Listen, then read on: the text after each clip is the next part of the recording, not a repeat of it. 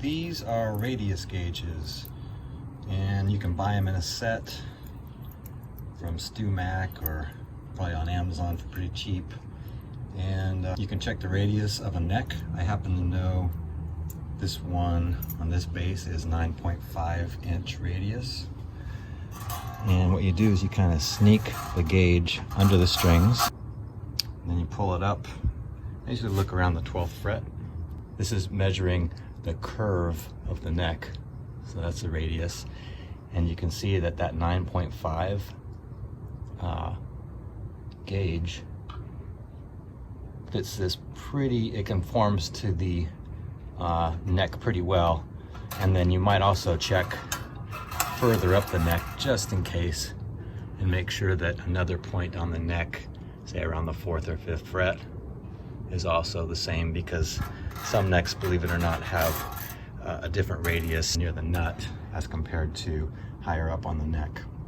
Now, just to show you the difference, this is for a 12-inch radius neck.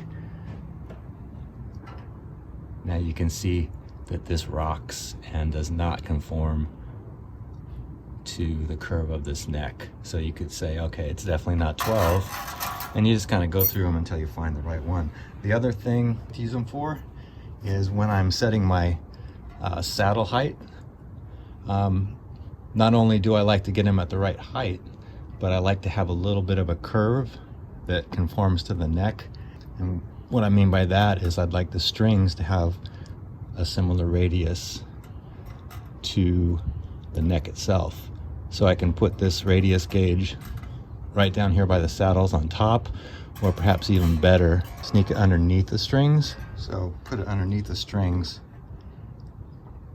and you can see that I've got it pretty close, so they have a little bit of a curve to them. And you can also see that in how the saddles are set up. So yeah, setting the radius of your strings and also checking the radius of a neck. That's the two things I use radius gauges for.